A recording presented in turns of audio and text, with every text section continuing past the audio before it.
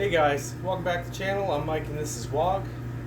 Today guys, I decided I'm going to start a new segment in a series of thrift store finds.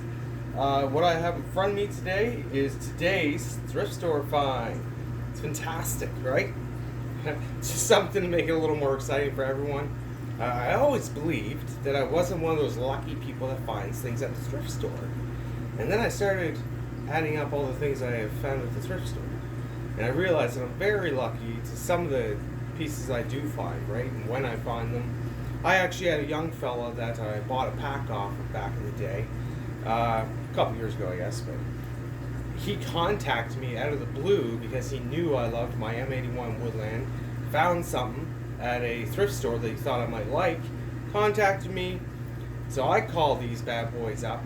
And I'm like, all right, I need you to go look at this piece that this fellow just said was there, set it aside for me, inspect it. This poor lady, she thought it was brilliant. She was a lot of help. So that's consigned sharing the minus. A little shout out to them for doing that for me, and to Hunter Terry and the guy that called me. So thought I'd just shout out. Hope you don't mind, buddy. But Hunter actually sells surplus on Facebook Marketplace and stuff, so I don't think he's gonna mind too much. Anyway, guys, let's get to the point. Today, my better half and I went out for date day and come across these. Now guys, I have found these Canadian Forces winter mukluks several times out in the wild, let's say. And they are normally pissy. They look like someone pissed all over them. That's the best way to explain it. So again guys, these are from the 80s. So you expect a lot of staining, and as you can see, these ones are mint. This is a mint pair of Canadian Forces Arctic mukluks.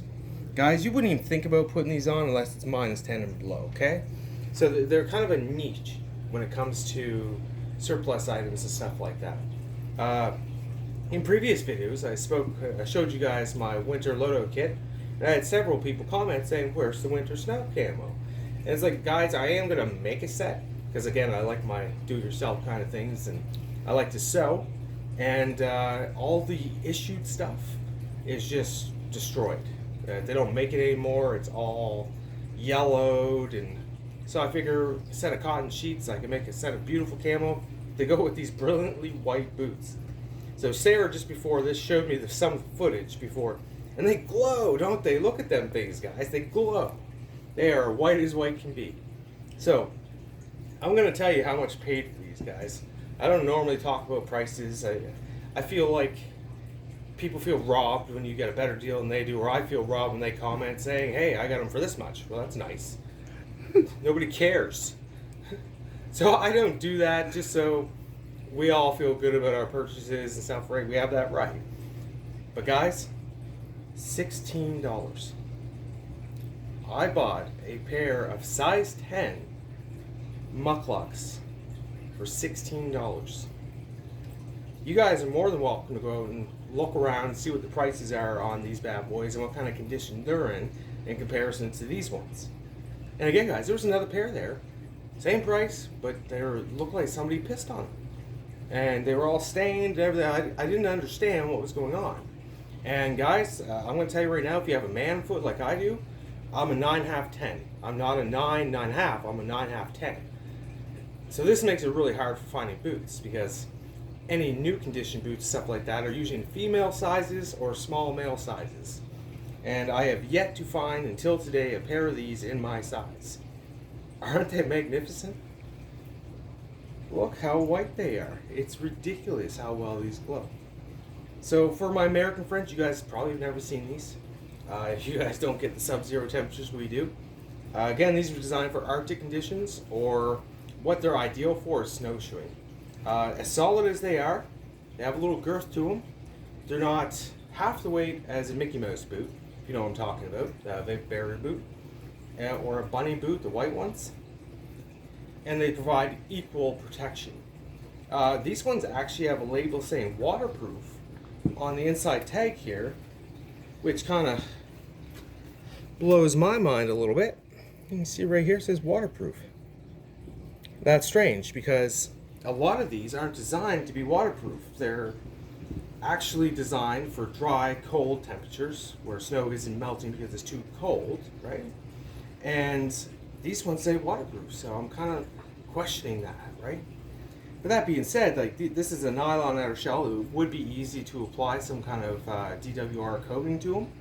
And again, they're waterproof up to this area anyway. This is solid rubber. This is all one solid piece. It's all bonded together, right? So you're good in the winter or in the water up that far anyway. But you guys see the condition of these things? Sarah even understood when I picked them up that we were finding a little something there. And again, I always believed that I wasn't one of those people that found much at thrift stores until I started adding up some of the stuff we found at thrift stores. And I was like, okay, I'm one of the lucky people that find stuff at thrift stores, you know. We're all happy to know that stuff. So again, guys, these are Canadian Forces Arctic mukluks. They consist of a double-layered insole. So one is vented and one is like a thick pile. I'm not going to pull all that out, you don't really care. The vented one's kind of neat. Make sure yours have that if you get them, because that's a little harder to come by. Any thick insole is going to work.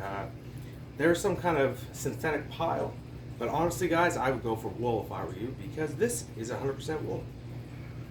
And wool with wool just works beautifully. Do you guys see the condition of this? So guys, what made these work so brilliantly is this double layer. There's actually two boots in one, connected at the top. So for drying purposes, you can pull this inner layer out and hang them to dry so they're not sick, so they dry well, right? But again, guys, look at this. This thing is brand spanking new. Not a thing wrong with that. These can run you $50 a set of these. Again, good luck finding the man sizes. They're all like up to size 8 kind of thing, right? And that's just not going to work for most of us. So I thought I'd tear that out and show you real quick what makes these so warm. This is a lot of your heft is that, because this is all solid wool, right? 100% wool, double layered. Again, these are matching size 10. Look at that. That is brand new. I don't know where these came from and why nobody bought them. Prior to today, I've gone into the same store and seen them on several occasions over the last couple of years, but they were in the price range of between $36 and $42, and they're all stained and, again, looked like they were pissed on. And I seen these today and it blew my mind. Why are they $16? I think one of the employees thought he was going to buy them and just set them aside, and you know what I mean? Anyway, guys, that was today's thrift store find.